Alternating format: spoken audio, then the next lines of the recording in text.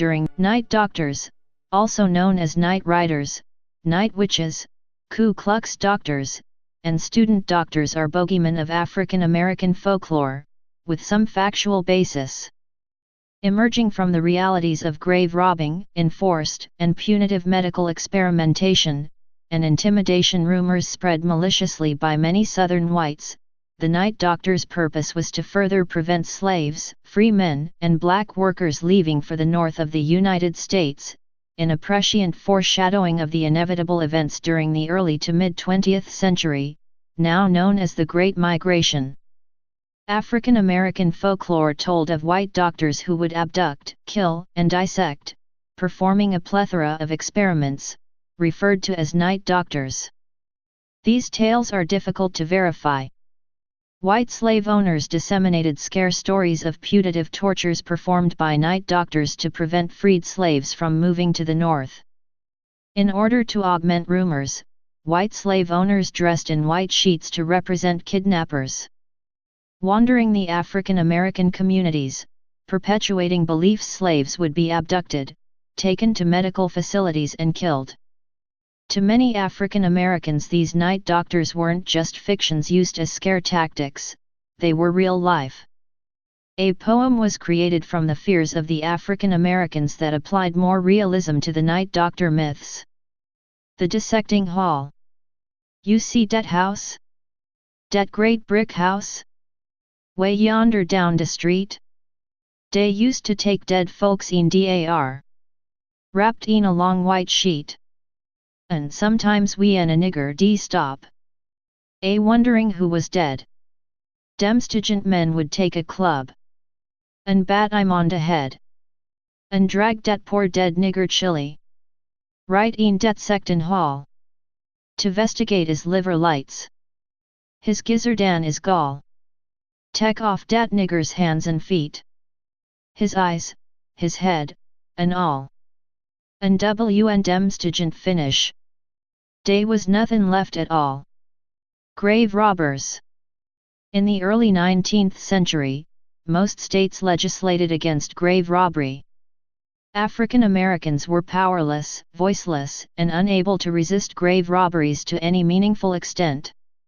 Dissection of white cadavers carried far greater risks for doctors. Nevertheless, poor whites were used, especially when available in abundance. Body snatching increased during the post-revolutionary period in New York. Reflecting the impact of medical students performing dissections, rather than simply observing professors. Following outraged newspaper reporting, laws were passed attempting to circumvent the rapidly increasing incidence of grave robbery. For example, Pennsylvania legislature required unclaimed bodies to be given to the state anatomy board, by public officials. African Americans were the main source of dissection cadavers to the end of the Civil War.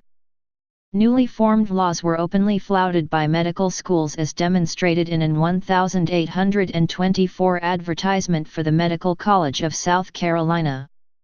Some advantages of a peculiar character are connected with this institution, which it may be proper to point out. No place in the United States offers as great opportunities for the acquisition of anatomical knowledge. Subjects being obtained from the colored population in sufficient numbers for every purpose, and proper dissection carried out without offending any individuals in the community. Excavations at the Medical College of Georgia in 1989 yielded more than 9,000 bones, mainly from working-class individuals. Approximately 80% of those were from African Americans. In addition to being the majority of cadavers, many Southern teaching hospitals would only perform new live surgical techniques and demonstrations on African American patients. The Night Rider. Don't you know white men taught them all that about ghosts? That was a way of keeping them down, keeping them under control. There is a long history of whites using the supernatural to intimidate African Americans. During the slavery era, slave masters dressed as ghosts rode around black communities on horseback. Later there were patrols called patroleurs. After the Civil War, the Ku Klux Klan continued the night rider tradition. It was finally taken up by the Night Doctors. Between the Civil War and the 1930s, labor agents were sent by Northern employers to recruit African Americans from the South. In addition to restrictive laws, Southern employers used rumor to intimidate the workforce into staying in the South. One of the most popular rumors concerned doctors roaming northern streets nightly, killing African Americans for dissection purposes. White Southern employers would also maraud around black communities in white gowns, further spreading fear, anxiety and unease throughout neighborhoods already overburdened with anguish. Needle men and the Black Bottle Men. New Orleans had an interesting variation on the night doctors called the Needle Men. Thought to be medical students from Charity Hospital, now the Medical Center of Louisiana at New Orleans, the eponymous Needle Men, would poke unsuspecting individuals in the arm, resulting in death. Several explanations have been suggested, such as epilepsy and the 1924 case of a man who would poke women with a bayonet. I sure don't go out much at this time of year. You takes a chance just walkin' on the streets. Them needle men's is everywhere. They always comes round in the fall, and they's round to about March. You see, them needle men's is medical students from the Charity Hospital tryin' to get your body to work on.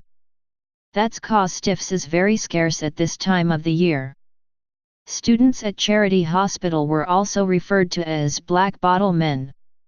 The black bottle would be a poison given upon entrance to Charity Hospital, and the resulting death would allow dissection. It is now thought that the black bottle referred to cascara, Rhamnus persiana, mixed with milk of magnesia, a diuretic commonly given to admitted patients of the era. Charity Hospital did not have sole responsibility for needle men or black bottle men. Johns Hopkins Hospital was believed to be another source.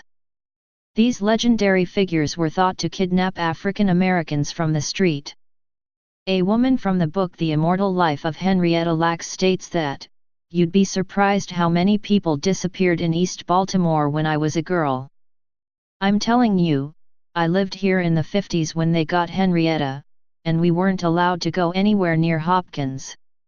When it got dark and we were young, we had to be on the steps, or Hopkins might get us."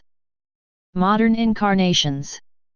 In 1979, when 25 African American young men and boys disappeared in Georgia, the night doctors were blamed.